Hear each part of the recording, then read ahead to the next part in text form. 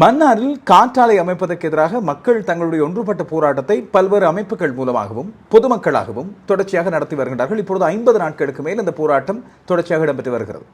சுழற்சி முறையிலான போராட்டமாக ஒவ்வொரு நாளும் அவர்கள் ஒரு போராட்ட களம் ஒன்றை தேர்ந்தெடுத்து அங்கே இந்த போராட்டத்தை நடத்தி வருகின்றார்கள். சட்டத்துக்குட்பட்ட வகையில் தங்களுடைய எதிர்ப்பை இந்த விடயத்துக்காக வெளிப்படுத்துகிறோம், தங்களது நில இருப்பு, தங்களது மக்கள் அங்கே இருக்கின்ற அந்த இருப்பு இரண்டையும் வலியுறுத்தி மன்னார் தீவை பாதுகாப்பதற்காக அவர்கள் 2 விடயங்களை எதிர்த்து போராடி வருகின்றார்கள். ஒன்று புதிய காற்றாலைகளை அமைத்தல், இரண்டாவதாக இல்மானைட் கனிய மண் அகழ்வு. இந்த 2 விடயங்களுக்கும் தங்களுடைய எதிர்ப்பை அவர்கள் பதிவு செய்து வருகின்றார்கள். இது மன்னாரின் சுற்றுச்சூழலை பாதிப்பதாகவும் தங்களுடைய எதிர்கால இருப்பு மன்னார் தீவின் இருப்பை பாதிப்பதாகவும் அமையும் என்பதுதான் அவர்கள் குறிப்பிடுகின்ற காரணம். இதற்கு சுற்றுச்சூழலியலாளர்களும் ஒரு சிலர் மன்னார் தீவின் அமைவிடத்தை பொறுத்தவரையில் பாதிப்பு ஏற்படுத்தக்கூடியது என்று குறிப்பிட்டிருக்கிறார்கள். தொடர்ச்சியாக நடைபெற்ற இந்த போராட்டத்தில் அண்மை காலத்தில் ஜனாதிபதிக்கு இவர்கள் இது பற்றிய தெளிவாக்கம் ஒன்றை கொடுத்தது. இதையடுத்து ஜனாதிபதி தன்னால் அமைக்கப்படுகின்ற சிறப்பு குழு ஒன்றின் ஆய்வறிக்கை கிடைக்கும் வரை இதை 1 மாதத்துக்கு இடைநிறுத்துவதாக அறிவித்திருந்தார். மீண்டும் ஆனால் ஜனாதிபதியின் கையொப்பத்தோடு இந்த திட்டம் மீண்டும் முன்கொண்டு செல்லப்படுகிறது. அதுக்கு முதல் கொழும்பிலே வந்து மீண்டும் ஒரு அடையாள போராட்டம் ஒன்றை மன்னார் பொதுமக்கள் நடத்தியிருந்தார்கள்.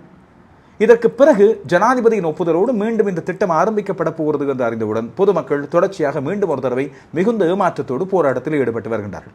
இந்த போராட்டம் நேற்றைய நாளில் போலீசாரால் தாக்கி அங்கே இருந்த பல பேர் மிலேச்சத்தனமாக தாக்குதலுக்குள்ளாகி இருக்கின்றார்கள்.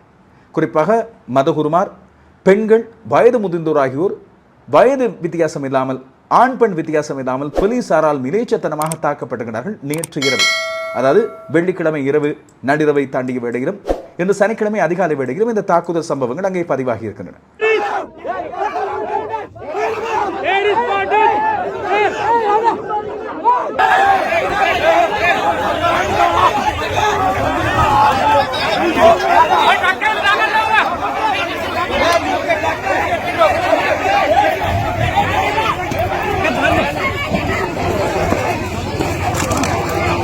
இதற்கு கடுமையான எதிர்ப்பு இப்பொழுது பொதுமக்கள் மத்தியில் நாடுலாவிய ரீதியிலிருந்து சர்வதேச ரீதியிலிருந்து எதிர்ப்புகளை பதிவு செய்து வருகின்றார்கள். இந்த அரசாங்கத்திடமிருந்து இப்படியான விடயம் ஒன்றை எதிர்பார்க்கவில்லை. போலீசாரை ஏவி பொதுமக்கள் மீது, அதுவும் அமைதியாக தங்களுடைய ஊருக்காக தங்களுடைய மண்ணுக்காக போராடி வருகின்ற இந்த மக்கள் மீது இப்படியான தாக்குதல் இடம்பெறும் என்று தாங்கள் நினைத்திருக்கவில்லை என்பதுதான் அவர்கள் குறிப்பிடுகின்ற விடயம்.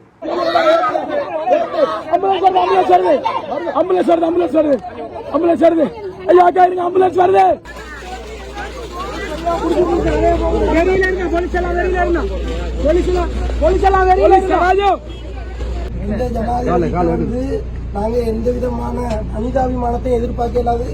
ஏண்டா இது NPP இல்ல, இது JVP, ரத்த வெறி பிடிச்சவங்க, அவங்களாலதான் இப்படி நடந்தது. 2020ஆம் ஆண்டிலிருந்து இங்கே அமைக்கப்பட்ட காற்றாலைகள் பற்றிய விவரங்கள், அதுபோல இப்போது நடந்து வருகின்ற போராட்டத்தின் சில பின்னணி காரணங்கள் ஆகியவற்றை பார்ப்பதற்கிடையில் நேற்று இரவு இடம்பெற்ற சம்பவத்தை நாங்கள் அறிந்து கொள்வது முக்கியம். அண்மை காலமாக மக்களது தொடர் போராட்டம் காரணமாகவும் ஒன்றுபட்டு கடந்த நாட்களில் மன்னார் தீவுக்குள்ளே இந்த காற்றாலை அமைப்பதற்கான பொருட்கள் உபகரணங்களை கொண்டு வருவதை மக்கள் தடுத்ததன் காரணமாகவும் இத்தனை காலமும் உள்ளே பொருட்கள் கொண்டு வரப்படவில்லை. ஜனாதிபதியிடம் இந்த விடயம் கொண்டு செல்லப்பட்ட பிறகு 1 மாத காலம் இது இடைநிறுத்தப்பட்டிருந்தது. ஆனால் நேற்று மக்கள் மன்னாருக்குள்ளே நுழைகின்ற வாயிலில் தங்களுடைய போராட்டத்தை வெளிப்படுத்தி அந்த போராட்ட கட்டத்தை அமைத்து அங்கே போராடி கொண்டிருக்கிறார்கள். அந்த மக்களின் எதிர்ப்பை மீறி நூற்றுக்கணக்கான போலீசாரின் பாதுகாப்போடு கலகம் அடக்கும் போலீசாரும் அங்கே நின்றிருக்க காற்றாலை மின் கோபுரங்கள் அமைப்பதற்கான பொருட்கள் பாரிய வாகனங்களில் மன்னார் நகரை நோக்கி கொண்டு வரப்படுவதாக செய்திகள் ஆரம்பத்திலே தெரிவிக்கப்பட்டன. இதையடுத்து மக்கள் வழமையை விட அதிகமாக அங்கே கூடியிருந்தார்கள். நேற்று வெள்ளிக்கிழமை இரவு வேளையில் நூற்றுக்கணக்கான மக்களும் அதுபோல அருத்தந்தையர்களும் இந்த பல்வேறு மன்னார் அமைப்புகளைச் சேர்ந்த இளைஞர்கள் மற்றும் அருத்தந்தையர்கள் ஆகியோர் அங்கே குழுமியிருந்த நேரத்தில் போலீசார் பெருமளவில் குவிக்கப்பட்ட நிலையில் நேற்று இரவு பதட்ட சூழ்நிலை ஒன்று அங்கே உருவாகி இருந்தது. கலகம் அடக்கும் போலீசார் அங்கே குவிக்கப்பட்டிருந்தார்கள். இதையடுத்து எந்த வேளையிலும் அவர்கள் பொதுமக்கள் மீது தாக்குதல் நடத்தப்படலாம் என்ற அச்ச நிலவி இருந்த போதிலும் இத்தனை காலமும் அமைதியாக சென்று கொண்ட இந்த போராட்டம் எந்த வகையிலும் போலீசாரின் தாக்குதலோடு நடக்காது என்ற நம்பிக்கை அங்கே குழுமியிருந்தவர்களுக்கு இருந்ததாக சொல்லப்படுகிறது. நேற்றிரவு 10 மணி அளவில் இந்த காற்றாலைக்கு எதிரான போராட்டம் இடம்பெற்று வருகின்ற அந்த இடத்திலே போலீசார் பெருமளவில் குவிக்கப்பட்ட நிலையில் முதல் தொகுதி பொருட்கள் உள்ளே கொண்டு செல்லப்பட்ட வேளையிலே அந்த பதற்ற சூழ்நிலை ஆரம்பித்திருந்தது.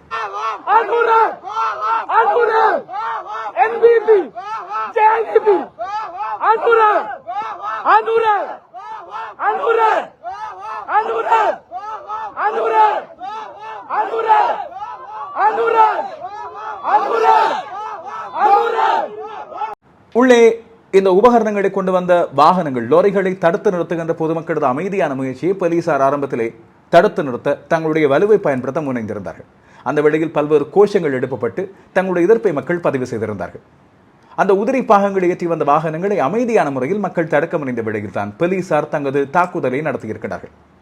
அந்த உதிரி பாகங்களை ஏற்றி வந்த லோரிகளை போலீசார் அமைதியான முறையில் தடுத்து பின் செல்லுமாறும் தங்களது தீவை காக்க உதவுமாறும் போலீசாரிடம் வேண்டுகோள்களை முன்வைத்திருந்தார்கள். தமிழிலும் சிங்களத்திலும் பல்வேறு கோரிக்கைகள் போலீசாரிடம் முன்வைக்கப்பட்டன. உங்கள் ஊராக இருந்தால், உங்கள் மக்களாக இருந்தால், உங்கள் உறவுகளாக இருந்தால் நீங்கள் இப்படியெல்லாம் செய்வீர்களா என்ற கோரிக்கைகள் அவர்கள் கவலையான விதத்திலும் உணர்ச்சியான விதத்திலும் போலீசாரை பார்த்து கேட்டிருந்தார்கள்.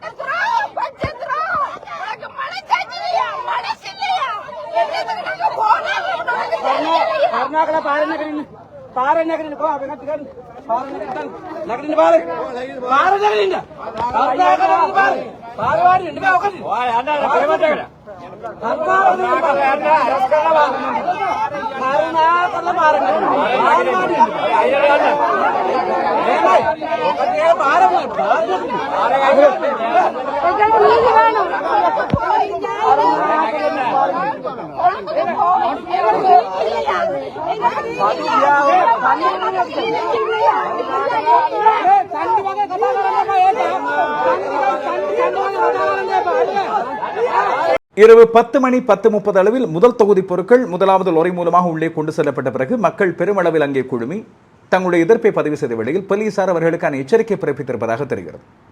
அடுத்த தொகுதி பொருட்களை உள்ளே கொண்டு செல்ல விடுமாறும் அமைதியாக கலைந்து செல்லுமாறும் போலீசார் உத்தரவிட்டிருக்கின்றார்கள். என்றாலும் பொதுமக்கள் அங்கே இருந்து கரைந்து செல்லவில்லை. இரண்டாவது தொகுதி பொருட்கள் நள்ளிரவு அளவில் மீண்டும் ஒரு லோரியின் மூலமாக கொண்டு வரப்பட்ட வேளையில்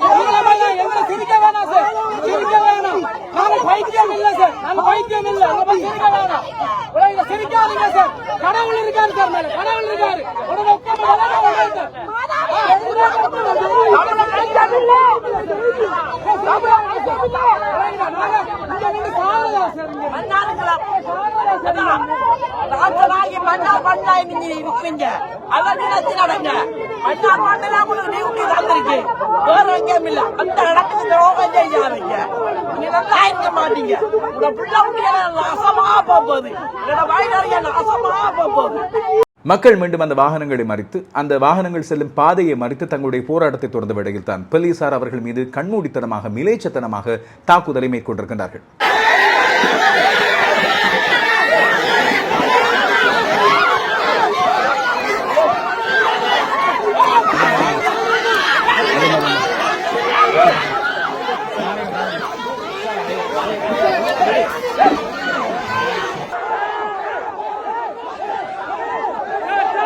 இந்த இரண்டாவது தொகுதி காற்றாலை உபகரண பொருட்கள் உள்ளே கொண்டு செல்லப்பட்ட வேளையில் அங்கே இருந்த மக்களை கலைந்து செல்வதற்காக அருத்தந்தையர்கள், பெண்கள், ஆண்கள் என்று அனைவரையும் கொடூரமாக தாக்கியிருக்கின்றார்கள் போலீசார். அருத்தந்தையர்கள் ஒரு சிலர் தூக்கி எறியப்பட்டதாகவும் பெண்கள் மீதும் சப்பாத்து கால்களால் உழக்கியதாகவும் சொல்லப்படுகிறது. ஆண்களையும் தடிகளால் அடித்தும் கால்களால் உழக்கியும் அங்கே இருந்து அப்புறப்படுத்தி இருக்கிறார்கள். ஆயுத முனையிலே தங்களை அச்சுறுத்தி இந்த பொருட்களை உள்ளே கொண்டு சென்றதாக அங்கே பாதிக்கப்பட்ட பொதுமக்கள் தெரிவிக்கின்றார்கள். தாக்குதலுக்குள்ளானவர்கள் உடனடியாக சிகிச்சைகளுக்காக மன்னார் பொது வைத்தியசாலைக்கு அழைத்துச் செல்லப்படுகிறார்கள். மிக பெரும் எதிர்ப்பு இப்பொழுது பதிவாகி வருகிறது. இது ஜனாதிபதிக்கு தெரிந்தே நடந்ததா, இந்த அரசாங்கமும் இப்படித்தான் அடக்குமுறையை பயன்படுத்தப் போகிறதா என்ற எதிர்ப்புகள் இப்பொழுது பல இடங்களில் பதிவாகி கொண்டு வருகின்றன. என்னுடைய அடாவடித்தனத்தின் வழியாக என்னுடைய மக்கள் பலர் தாக்கப்பட்டு சிலர் வைத்தியசாலையிலே அனுமதிக்கப்பட்டிருக்கிறார்கள். பலருடைய உடலில் காயங்கள் ஏற்பட்டிருக்கின்றது. என்னுடைய குருக்களை தூக்கி எறிந்திருக்கிறார்கள், அவமானப்படுத்தியிருக்கிறார்கள். தூசணத்தால் பேசி இருக்கிறார்கள். இது மிகவும் வேதனைக்குரியது. ஆனால் இது எங்களுடைய தோல்வி அல்ல, இது எங்களுடைய வெற்றி. நிச்சயமாக எங்களுடைய வெற்றியை நாங்கள் பொறுமுறை தொடர்ந்து முன்னேறுவோம். எங்களுடைய மக்கள் எங்களோடு இருக்கிறார்கள், நாங்கள் எல்லோரும் சேர்ந்து இருக்கிறோம். ஆகவே எங்களை யாரும் அழிக்க முடியாது, யாரும் எங்களை பயமுறுத்த முடியாது. இந்த அநீதிக்கு நாங்கள் நீதி கிடைக்கும் வரை தாக்கப்பட்டவர்களுக்கான தூசணம் பேசிய அந்த பெரிய அதிகாரி, அவருக்கு எதிரான மற்றது எங்களுடைய மக்களை தாக்கிய எல்லா காவல்துறை வீரருக்கான உடனடி நடவடிக்கை அரசாங்கம் செய்யாவிட்டால் தொடர்ச்சியாக போராட்டம் காவல்துறைக்கு எதிராக மேற்கொள்ளப்படும் என்பதை இந்த இடத்திலே எங்களுடைய மக்கள் சார்பாக உறுதியாக நான் சொல்லி வைக்கின்றேன். திங்கட்கிழமை எங்களுடைய நிர்வாக முடக்கம் எங்களுடைய மன்னார் மாவட்டம் முழுவதும் முடக்கப்படுகின்றது. அன்றைய நாளில் எல்லா கடைகளும் போக்குவரத்துகளும் நிறுத்தப்பட்டு அதே நாளில் எல்லா பெற்றோரும் உங்களுடைய பிள்ளைகளை வீடுகளில் வைத்துக் கொள்ளுங்கள், பாடசாலைகளுக்கு அனுப்பாமல் உங்கள் வீடுகளில் வைத்து இந்த வாழ்வினுடைய உண்மையான விளிமியங்களை கற்றுக் கொடுங்கள். அந்த நாள் முழுவதும் எங்களுடைய உரிமைக்கான நாளாக எங்களுடைய மாவட்டம் முழுவதும் அதற்கான குரல் கொடுக்கின்ற நாளாக அமைய வேண்டும் என்று கேட்டுக்கொள்வோம். அன்றைய நாளில் எல்லோரும் முழுமையாக அதற்கு ஒத்துழைப்பு தந்து இந்த மன்னார் பட்டினத்தில் ஒன்று கூடி எங்களுடைய எதிர்ப்பை தெரிவிக்க எல்லோரும் வர வேண்டும் அன்போடு நான் கேட்டு நிற்கின்றேன். நன்றி. இந்த நிலையில் மன்னாரில் இந்த காற்றாலைகளை அமைப்பதற்கான ஆர்ப்பாட்டம், போராட்டம், எதிர்ப்பு என்ன காரணத்தால் என்ற கேள்வி எல்லோரும் மத்தியிலும் வரும். மன்னாரில் ஏற்கனவே தம்பபன்னி காற்றாலை திட்டம் என்ற அடிப்படையில் 2020ஆம் ஆண்டு ஏற்கனவே 36 காற்றாலைகள் அங்கே அமைக்கப்பட்டுள்ளன. இந்த காற்றாலைகள் 2020ஆம் ஆண்டு அமைக்கப்பட்ட வேளையில் அந்த வேளையிலே மிக பெரும் எதிர்ப்பு பரவியிருந்தது. ஆனால் பெருமளவில் மக்களுக்கு இதன் காரணமாக ஏற்படக்கூடிய ஆபத்துகள் இல்லாவிட்டால் தங்களுக்கு ஏற்படக்கூடிய பின்விளைவுகளை பற்றி அப்போது தெரிந்திருக்கவில்லை என்று குறிப்பிடுகிறார்கள். இந்த மன்னார் தீவு பகுதியில் உருவாக்கப்பட்ட காற்றாலைகள் கரையோர பகுதியில் உருவாக்கப்பட்டிருந்தாலும் அங்கே உருவாக்கப்பட்ட அடிப்படையில் வெள்ள நீர் வடிந்தோட முடியாமல், மழை பெய்கின்ற நேரத்தில் வெள்ள நீர் வடிந்தோட முடியாமல் இருப்பதாக மக்கள் அண்மையில் தங்களுடைய எதிர்ப்பை வெளிப்படுத்தியிருந்தார்கள். இதையடுத்து மீண்டும் புதிய காற்றாலைகளை பொறுத்த நோக்கில் அதானி குழுமம் பல்வேறு இடங்களை அடையாளப்படுத்தி அங்கே அந்த காற்றாலைகளை அமைக்க முற்பட்ட வேளையில் தான் மிக பெரும் எதிர்ப்பு உருவாகியிருந்தது. அப்போது தேர்தலில் இருந்த ஜனாதிபதி அனுர்குமார் திசாநாயக்க மன்னாருக்கு வந்த வேளையில் தன்னுடைய வாக்குறுதியை வழங்கியிருந்தார். மக்களுக்கு பிடிக்காத திட்டங்கள் எதுவும் இங்கே நடைமுறைப்படுத்தப்படாது என்று. மக்களின் வாழ்க்கைக்கு பாதகம் விளைவிக்காத அவ்வாறு அல்லவா இதை செயற்படுத்த வேண்டும். அரசாங்கம் என்பது இந்த நாட்டின் உரிமையாளர்கள் அல்ல. அரசாங்கம் என்பது யார்? மக்களுக்காக இதை பார்த்துக் கொள்பவர்கள். ஆனால் இந்த அரசாங்கம் எவ்வாறு செயற்படுகிறது? ஆஸ்திரேலியாவுக்கு எங்கள் கடல் மண்ணை விற்கிறார்கள். அதை அவர்கள் அள்ளும் போதுதான் மக்களுக்கு தெரியும். அதானிக்கு எங்கள் மின் உற்பத்தி நிலையத்தை எல்லாம் நடந்த பிறகுதான் மக்களுக்கு தெரிகிறது. அப்படி அல்லவா? அப்ப இது எவ்வாறு மக்களின் அரசாங்கமாகும்? ஆனால் தேசிய மக்கள் சக்தியின் அரசாங்கம் என்பது எந்த ஒரு செயற்திட்டம் நடைமுறைப்படுத்தும் போது அந்த செயற்திட்டம் மக்களை பாதிக்கும் விதத்தை தொடர்பாக அந்த செயற்திட்டத்தின் பெறுமதி அதில் மக்களுடன் கலந்துரையாடி மாற்ற வேண்டிய இடங்கள் அவற்றுடன் அவ்வாறே அவை செயற்படுத்தப்படும். மின்சக்தி உற்பத்தி நிலையம் என்பது அரசாங்கத்தின் உரிமை அல்ல, அது மக்களின் பலம். அதை பற்றி மக்களுடன் கலந்துரையாட வேண்டும். இதை நாங்கள் தடுத்து நிறுத்த வேண்டும். நாங்கள் உங்களுக்கு கூறுகிறோம், இந்த அழிவினை 3-4 மாதங்களில் அவற்றை நாங்கள் நிறுத்தி வைத்துக் கொள்வோம். தேசிய மக்கள் சக்தியின் அரசாங்கம் எங்களால் முடிந்ததை நாங்கள் செய்வோம். இதையடுத்து அதானி குழுமத்தின் அந்த திட்டம் கைவிடப்பட்டிருந்தது.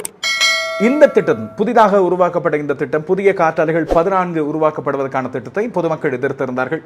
புதிய காற்றாலைகளை பொறுத்த நோக்கில் மன்னார் நகருக்குள் பாரிய லொரிகளில் இந்த உதிரி பாகங்கள் கொண்டு வரப்பட்ட வேளையில் மக்கள் வழிமறித்து தங்களுடைய போராட்டத்தை நடத்தியிருந்தார்கள்.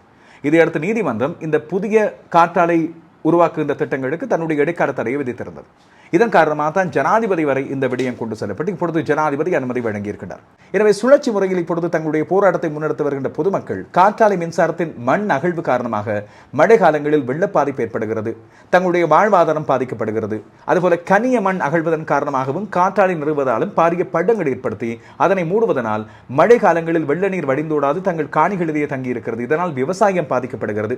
இதுபோல காற்றாலைகள் மூலமாக தங்களுக்கு நீண்டகால பாதிப்புகள் இருப்பதாக அவர்கள் குறிப்பிடுகிறார்கள். ஒலி மாசடைதல் மட்டுமல்ல, தங்களது நிலப்பகுதிகள் பாரிய அளவில் எடுத்துக் கொள்ளப்படுகின்றன. அந்த காற்றாலை ஒன்றை உருவாக்குவதற்கு பெரிய அளவிலான நிலப்பகுதி எடுத்துக் கொள்ளப்படுகிறது. இதுபோல மீன் வளமும் இந்த காற்றாலைகள் மூலமாக பாதிக்கப்படுவதாக அவர்கள் குறிப்பிடுகிறார்கள். எனவே தங்களது வாழ்வாதாரம் பாதிக்கப்படுகிறது என்ற காரணத்தால் தான் மன்னார் மாவட்டம் 3 விதமான பொருளாதாரத்தை கொண்டிருக்கிறது. கடல் வளம், விவசாயம், பனை உற்பத்தி. 100 அடி ஆழத்துக்கு கீழே காற்றாலை அமைப்பதற்கு கிடங்கு எடுக்கின்ற போது அந்த மண்ணையும் கொண்டு போகின்றார்கள் என்று சொல்லி அவர்கள் குறிப்பிடுகிறார்கள். எனவே நிலம் முற்றுமுழுதாக பாதிக்கப்படுகிறது. அதுபோல மன்னாரில் தான் கடலுக்கு பக்கத்தில் நல்ல நீரும் இருக்கிறது. இவ்வாறு மிக பெரும் அகழ்வு இடம்பெறுவதன் காரணமாக தங்களுக்கு நிலத்தடி நீரும் இப்பொழுது மாசடைந்து கொண்டு வருகிறது என்று பொதுமக்கள் சுமத்துகின்ற குற்றச்சாட்டு. இதை சூழலியலாளர்களும் ஓரளவு ஏற்றுக்கொள்கிறார்கள். ஆனால் இப்போது ஜனாதிபதி அண்மையில் நியமித்த இந்த சுற்றுச்சூழல் ஆய்வுக்குழு மூலமாக பெறப்பட்ட அறிக்கையில் இப்படியான பாதிப்புகள் இல்லை என்று அவர் கருதுவதனாலேயே இந்த திட்டத்தை தொடர்ந்து முன்னெடுக்குமாறு அவர் குறிப்பிடுகிறார். என்றாலும் பொதுமக்களது எதிர்ப்பை பொருட்படுத்தாமல் ஜனாதிபதி எடுத்த இந்த முடிவுக்கு மக்கள் மத்தியில் மிக பெரும் எதிர்ப்பு நிலவுகிறது. மன்னாரில் இப்பொழுது பொருத்தப்பட்டுள்ள அந்த 36 காற்றாலைகளும் 2020ஆம் ஆண்டு தொடங்கப்பட்டது. அது இலங்கை மின்சார சபையின் கண்காணிப்பின் கீழே அவர்களது நிர்வாகத்தின் கீழே செயற்படுத்தப்பட்டிருக்கிறது. அதானி குழுமம் ஆரம்பித்த பாரிய அளவு காற்றாலைகளை அமைக்கின்ற பணிகள் அது குறிப்பாக மன்னார் தீவுக்குள்ளே பொதுமக்கள் வாழுகின்ற பகுதியை ஊடறுத்து தான் செல்லும் என்று அறிவிக்கப்பட்ட வேளையில் தான் அதுக்கான எதிர்ப்பு வந்தது. எனவே இதையடுத்து அதானி குழுமம் இந்த அரசாங்கத்தோடும் சில உடன்பாடுகள் இல்லாத காரணத்தால் வெளியேறியிருக்கிறது. இப்பொழுது 2வது கட்ட மன்னார் காற்றாலை திட்டத்தை உள்நாட்டைச் சேர்ந்த தனியார் பங்களிப்போடு இலங்கை அரசாங்கமே செயற்படுத்த முன் வந்திருக்கிறது. இது ஒன்று 20 மெகாவாட் மின்சாரத்தை உற்பத்தி செய்கின்ற ஒரு காற்றாலை திட்டம், இன்னும் ஒன்று 50 மெகாவாட் திறன் கொண்ட ஒரு மின்சார திட்டம். இந்த நிர்மாண பணிகள் இப்பொழுது தற்காலிகமாக இடைநிறுத்தப்பட்டிருந்தன. மீண்டும் இவை ஆரம்பிக்கப்பட்டிருப்பது பொதுமக்கள் மத்தியில் மிக பெரும் கோபத்தையும் எதிர்ப்பையும் ஏற்படுத்தி இருக்கிறது. என்றாலும் இப்போது ஜனாதிபதியின் உத்தரவின் பேரில் இந்த நடவடிக்கைகள் முன்னெடுக்கப்படுவதன் காரணமாக தங்களுக்கு ஏற்படக்கூடிய பாதிப்புகள் குறித்து தாங்கள் தொடர்ந்து போராடி இருப்பதாக அவர்கள் குறிப்பிடுகிறார்கள். இதிலே மிக முக்கியமாக மன்னார் மாவட்ட பிரஜைகள் குழு தங்களுடைய எதிர்ப்பை பதிவு செய்து சுழற்சி முறையிலான இந்த போராட்டத்தை முன்னெடுக்கப் போகின்றார்கள். தாங்கள் மன்னார் மாவட்டத்தில் முன்னெடுக்கப் போகின்ற கனிய மண் அகழ்வு மற்றும் காற்றாலை திட்டங்கள் இந்த இரண்டுமே மன்னார் தீவையும் அங்கே வாழ்கின்ற 75,000 முதல் 1 லட்சம் வரையிலான பொதுமக்களையும் பாதிக்கக்கூடியது. அவர்களது இருப்புக்கும் எதிர்கால மன்னார் தீவின் இருப்புக்கும் பாதிப்பாக அமையக்கூடியது என்ற அடிப்படையில் தாங்கள் தொடர்ச்சியாக இந்த போராட்டத்தை முன்னெடுக்கப் போவதாகவும் தங்களுக்கு சரியான நியாயம் ஜனாதிபதி மூலமாக வழங்கப்பட வேண்டும் என்பதே அவர்களது கோரிக்கையாக இருக்கிறது. இந்த நிலையில் தான் நேற்றைய நாளின் தாக்குதல் மிகப்பெரிய அச்சத்தையும் அதுபோல கோபத்தையும் பொதுமக்கள் மத்தியில் ஏற்படுத்தி இருக்கிறது.